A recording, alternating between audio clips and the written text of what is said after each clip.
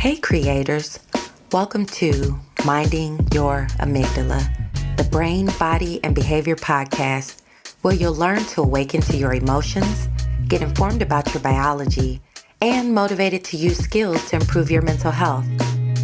I'm your host, Dr. Alauna, America's one and only trauma psychiatrist. Do you recognize the critical importance of emotions and mental health? Do you want to know more about how to self-recover from trauma? Do you want to better understand the updated science about how our brain and body shapes our behaviors? If you answered yes to any of these questions, then you're in the right place. This podcast is focused on making complex brain science simple and usable. You'll learn the 6 primitive brain systems predictably programmed by trauma and empathy skills practice, my unique methodology that can help you improve your own thoughts, emotions, and actions. I'm the Skills Over Pills doc, but I'm also a mama 3, a busy entrepreneur, and a human being trying to make it through multiple global pandemics just like you. Minding Your Amygdala will teach you transformative ways that you can approach your day-to-day life, and I'll give you strategies to break free from the trauma cycle. All right, let's get started.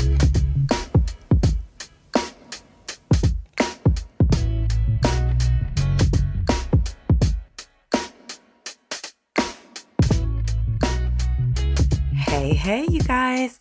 It's Dr. Alauna, trauma psychiatrist, and I'm so excited to be back with you again for Minding Your Amygdala Podcast.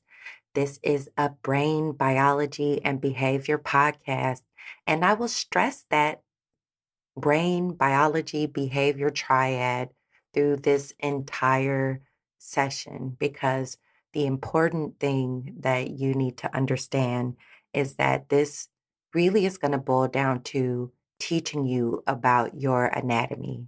Now you're like, Dr. Lana, what are you talking about? An anatomy lesson? I already know everything that I need to know about my anatomy. I took anatomy in 8th grade, and I maybe took some physiology courses in high school. Maybe you even went into the sciences and the health sciences, nursing and medicine, and all those other things. And so I bet that you may feel pretty good about your knowledge of your bodily anatomy. I have some unfortunate news for you, though. In all of those years of school and in all of that time they held us captive in those halls, they left out classes about emotions. They actually left out classes about the thing that we use every day from probably even before birth till we kick the bucket. Emotions are with us every day, and they are constantly in the background of the things that we do. That just point blank period. And sometimes they're not even in the background. They're very much in the forefront. And they don't have classes where they teach you about this is anger. Anger feels like this, and anger will create certain things inside of your body, and it will make you want to bop people on the head or do all kinds of other things. And teaching us that anger is an umbrella emotion and that it's usually covering some other more uncomfortable but sensitive emotions like embarrassment, guilt, and other forms of fear. Now, I say all of that to say that we are in a unique space and time where we have actually learned more about how the brain works. We have the technology now to identify more about what is happening inside of us. So that's the anatomy lesson that I want to give you today. Now, this is one of my favorite subjects, so I'm going to try so hard to stay on topic. And this is really about 7 parts of your brain. That's it. That's it. 7 parts of your brain. 1, 2, 3, 4, 5, 6, 7. Y'all know where I'm going. 7, 8, 9, 10, 11, 12. It's not even that many. It's only 7. And if you can learn these 7 parts of your brain and know them well, you will start to heal. Now, how in the world can I say that? I can say that because I've seen it not only in myself, but in other people who have been privy to this information. So I know that this seems like a bunch of words that you may never have heard of before. And that sometimes can set off the amygdala, okay? Because unseen, unknown things to the body and the brain can often set off that amygdala sensation of like, oh, this is too different. This is too much. But I promise you, when you finish repeating this information and you finish learning this, that you will be thinking like elbow. We didn't, the word elbow is kind of weird word, right? Ankle, elbow, amygdala. we'll I'll get it. We'll pronounce it for you, and I'll put the phonetic spelling in the notes. Amygdala, amygdala. Oh my goodness, you're going to hear that word from me over and over again because it is one of my favorite brain systems. The amygdala is the system that creates our emotions. Most of the time, people think of the amygdala as the fear driver. They think of it as related to our fear responses, and it does do that, and it's very good at doing that. That's why it's one of the primitive brain systems that I teach about, because it's been around in the human animal for a very long time, and it's one of the things that has kept us safe. Our body's ability to recognize fear and move you from that fear, even if your conscious brain has not fully processed what that fear means or why. Your body has mechanisms for attempting to keep you safe. But the amygdala gets a bad rap because it creates all of those emotions. You have two. There is a left and a right inside of your brain. It's deep in kind of the middle of your brain, very well protected. And your amygdala creates the powerful and invisible urges and surges that you experience on the inside as feelings. Now, the interesting part about that is that the amygdala, while it is in your brain, it creates the sensation of your emotions from all over your body. Sometimes your anxiety might be your stomach bubbling and you needing to go to the bathroom, or your chest feeling tight or having chest pains, or your shoulders tensing up and sharp shooting pains or even a headache. Your amygdala can distribute the sensation to many parts of your body. When you meet somebody and you're very excited by their presence, you might feel a fluttering in your chest or in your heart. So I want you to understand that your emotions come from your brain. they Your heart is very important. It is a super important instrument. I believe deeply that all of our cells are full of life and consciousness and interestingness, but your heart is not making your decisions. Your gut is not doing that either. It is your brain. And that is the heart of your personality. And also, I'm using heart in air quotes. I'll say the seat of your personality and the seat of your emotions. And guess what? We all have amygdalas, especially if you're listening to this. You have a working amygdala. Congratulations. Thank you. Awesome. Wow. So, meaning that if we know that we have amygdalas, we know every human being on earth, we're all 99.9% genetically the same. The human race has amygdalas, which means that all of us, male, female, other, we have emotions. And those emotions are powerful inside of us: anger, happiness, joy, sadness, grief. All of those things are experienced in every single human being on earth, whether we can communicate it well or not. And the second brain system that you need to know is your reticular activating system. Your reticular activating system, or your RAS, is your filter to the world. Now, your brain is actually trying to operate on minimal energy. And so it cannot process everything that's going on in the world at one time. It has to narrow your focus so that you can get things accomplished. So your reticular activating system is marvelous at tuning some things out and bringing other things into your conscious awareness so you can pay attention to it. This is a full feature of our primitive brain systems that helps to keep our minds oriented towards what things are important to us. And it too is trying to keep us safe. Okay.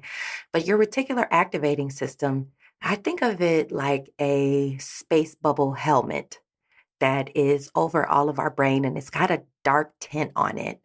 Why is your reticular activating system so darkly tinted?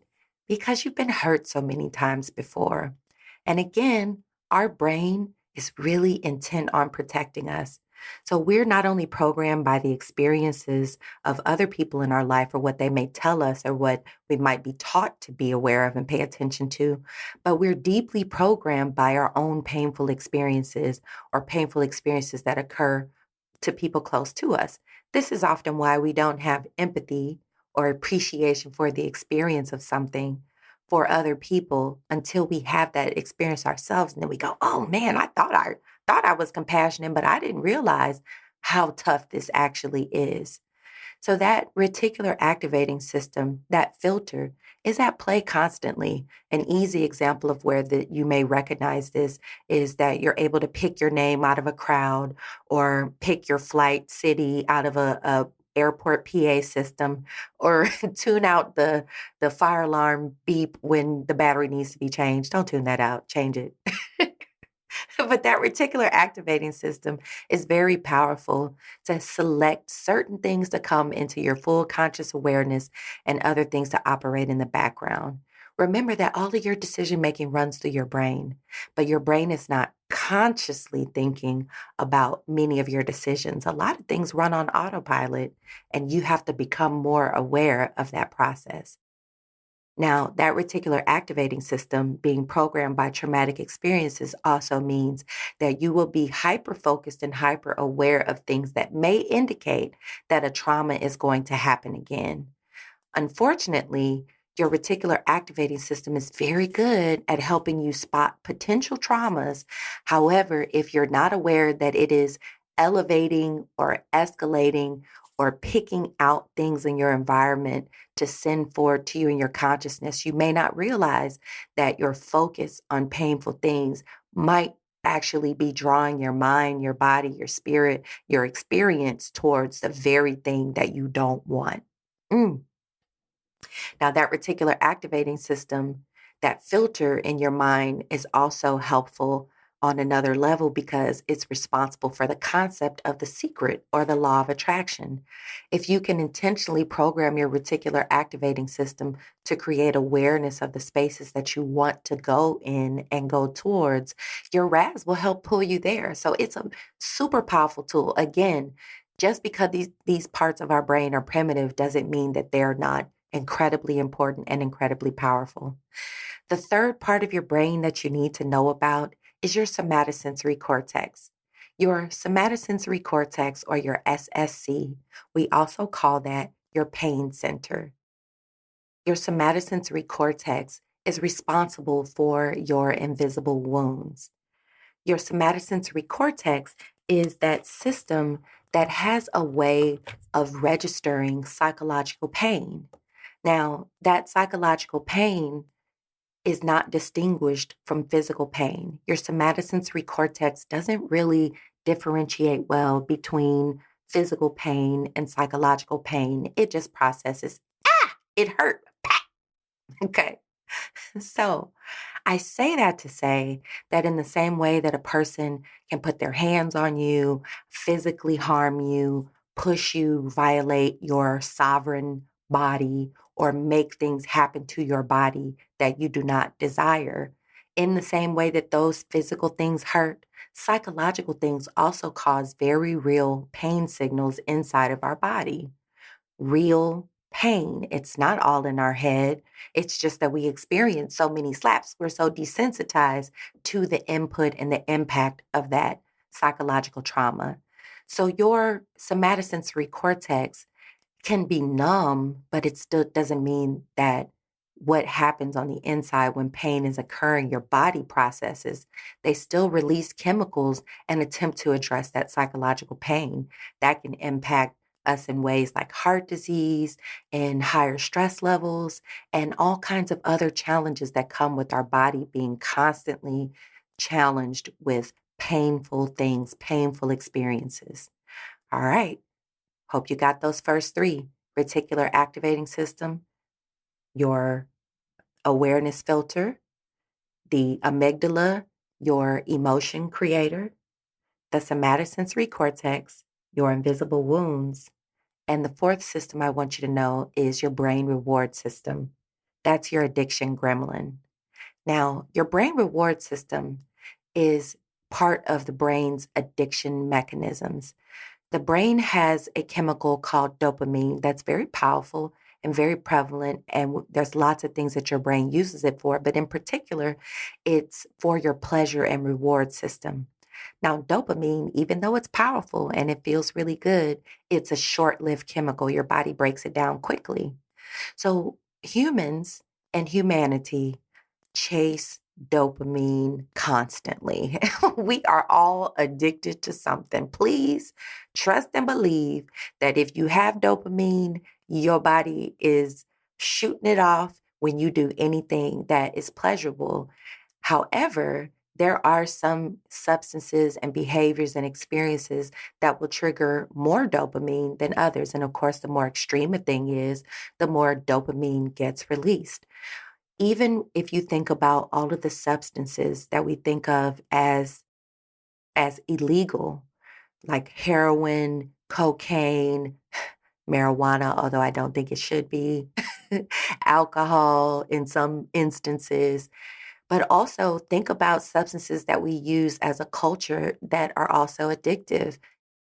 Nicotine is addictive from tobacco. Marijuana is addictive. And I know people go, no, it's not. Yes, our body is releasing dopamine when we receive these chemicals. But also, guess what the legal white powders are? Salt and sugar.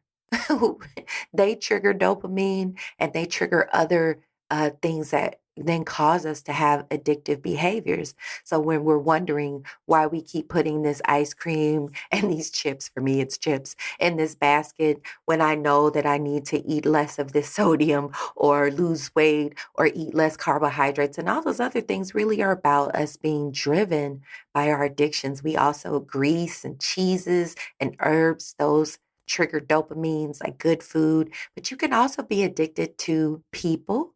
You can be addicted to a significant other. You can be addicted to your children. You can be addicted to work, addicted to money, addicted to screens, video games, uh, television news, addicted to sports. You can be addicted to an authority figure. You can be addicted to money. You could be addicted to sex and porn and all types of other things. So think of it as those things that drive pleasure behaviors, they trigger dopamine. And that dopamine is a very important chemical in all of our bodies. So I say all of that to say is that we have this tendency to judge people like, look at those addicts over there. Well, they're just addicted to maybe a different chemical than you or a different substance or behavior than you, but the process of being driven by dopamine, I guarantee you when you look in your life and you think about, okay, if I have 24 hours in a day and only X number of hours that I'm awake, what things take up such a great majority of my time that I may be imbalanced in my life because of my use of this thing or my craving and impulsive overindulgence of this thing. And when I don't have it, am I in a cycle of withdrawal? Am I in a cycle of use of these things? It's something to think about, right? So once again, that fourth system, which we call the BRS, the brain reward system, is driven by the chemical dopamine, and it's your addiction gremlin. That gremlin, when it gets to growling, it's often going to be pushing you to make choices, decisions, and act on behaviors that may not be consistent with your long-term goals, but surely will satisfy that dopamine gremlin. All right. Our next brain system, number 5, is mirror neurons. Mirror neurons are subtle, I think, but mirror neurons, I call them your distorted reflection. And the reason that mirror neurons are a distorted reflection is because they are part of our brain that soaks up information from the environment and allows us to soak up phrases, labels and terms that we use for things, languages and accents, belief systems. And your mirror neurons are shaped by whatever environment and whatever caregivers raise you, whether it's your biological parents or otherwise, grandparents, cousins, nieces, aunts, uncles, teachers, ministers, pastors, you name it, authority figures. They are how we as children and as adults soak up information from our environment, especially the people that we look up to, our role models, are going to be who we use to label how we interpret our environment and the labels that our brain puts onto certain behaviors. Now, the reason that these mirror neurons are important is because they are increasingly responsible for the behaviors and the choices of patterns that you play out, especially when you're under stress and the rest of your primitive brain is kicking and juicing and getting you to do something or say something. So the reason that you really have to be important about these, what's really important to recognize about mirror neurons is that they powerfully are programmed by behavior and things that come through our eyes first, because humans are very visual creatures. So what we're feeding through our eyeballs into our brain is super important. And also what comes through our ears. Anything that you listen to or that you watch or that you consume and allow into your body and brain is going to help shape the way that you think and the way that you respond, especially under pressure. You're welcome. Be careful about what you're putting into your mirror neurons. Number 6, the biochemical matrix. I call that your biological magnifiers. The reason that I say that the biochemical matrix is a magnifying system is because we have lots of chemicals. And while I love to give you a lesson about all of these different chemicals we have in our body, I'll just name a few so you can get an idea of what I'm talking about. Testosterone, estrogen, oxytocin, serotonin, adrenaline, and more, thyroid hormone, all types of things. I could go on. Cortisol. Did I say cortisol yet? Stress hormone.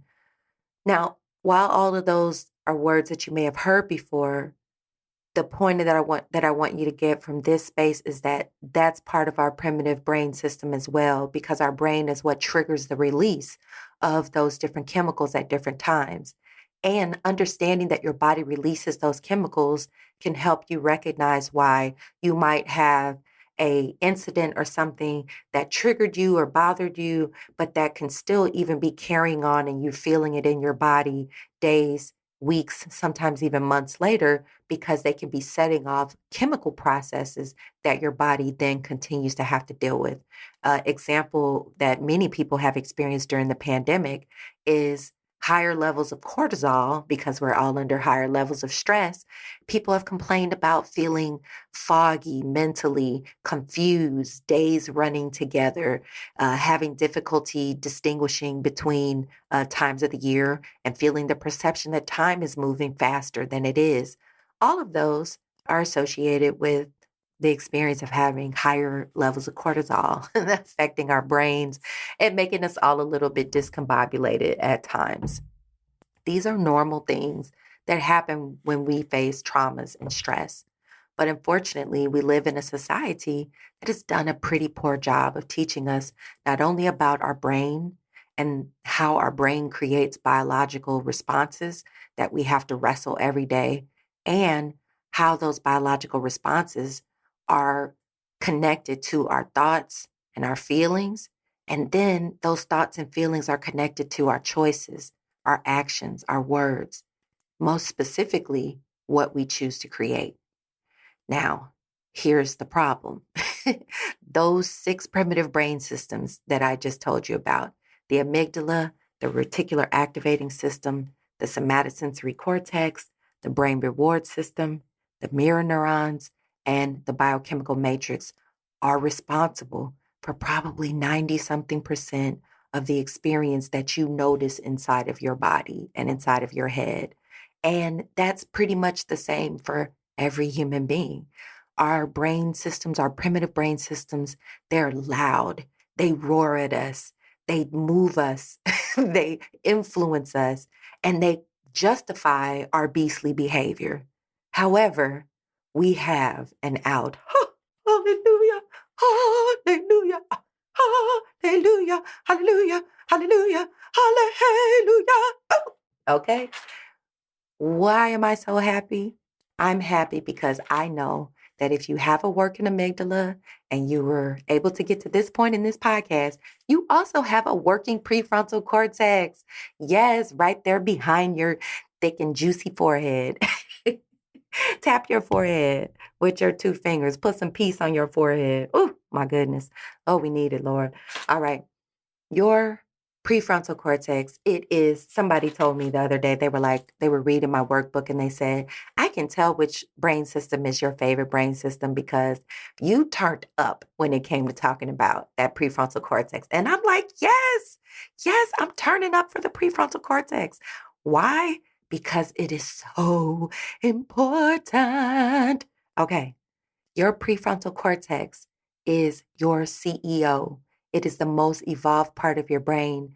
It is the most evolved part of humanity. And that is the part of the brain that is so important because it's our CEO. It's our chief executive officer. It's the part of us, it's the part of our brain that can say, my short-term goal was to go to the grocery store. And my long-term goal was to have enough food to feed my family and maybe have some healthy snacks during the rest of the week. But my primitive brain just got cut off by somebody and now I'm road raging and, maybe even causing myself or someone else an accident or worse because my amygdala has distracted me from my overall goal.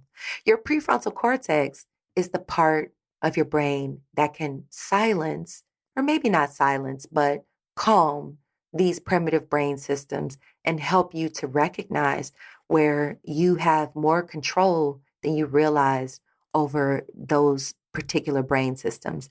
The one thing about this amazing human anatomy, and this is why I say we're a three-part creature, you'll hear that often: animal, human, and spirit, because our powerful biology that drives this psychology does have real power to create things in real life. So having your prefrontal cortex, your CEO, the part of your brain that can focus your attention, help you remember the things that will get you to where you want to go, help make long-term decisions, and in the short term, overcome how you might feel about something, because we know that our feelings are not fact, right? Your prefrontal cortex is what can help you to navigate in the world in a healthier way with more empathy, more emotion taken into account, and more context and control over your own decision making. So, what's the problem? Why do we have so much going on in the world? If we all have this amazing prefrontal cortex, it's because studies have shown that humans are using on average 10 to 15% of the capacity of that prefrontal cortex.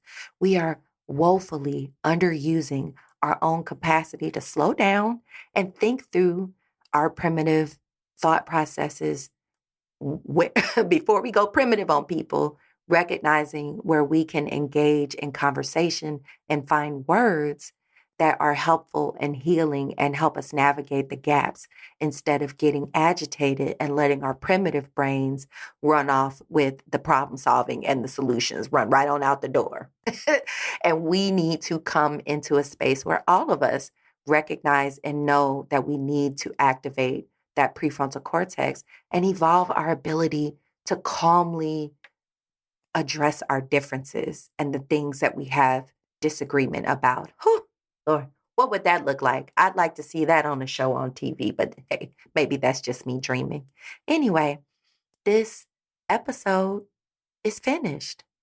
Yeah, it's only 7 parts of your brain that you have to know. I hope you go back and listen to this again.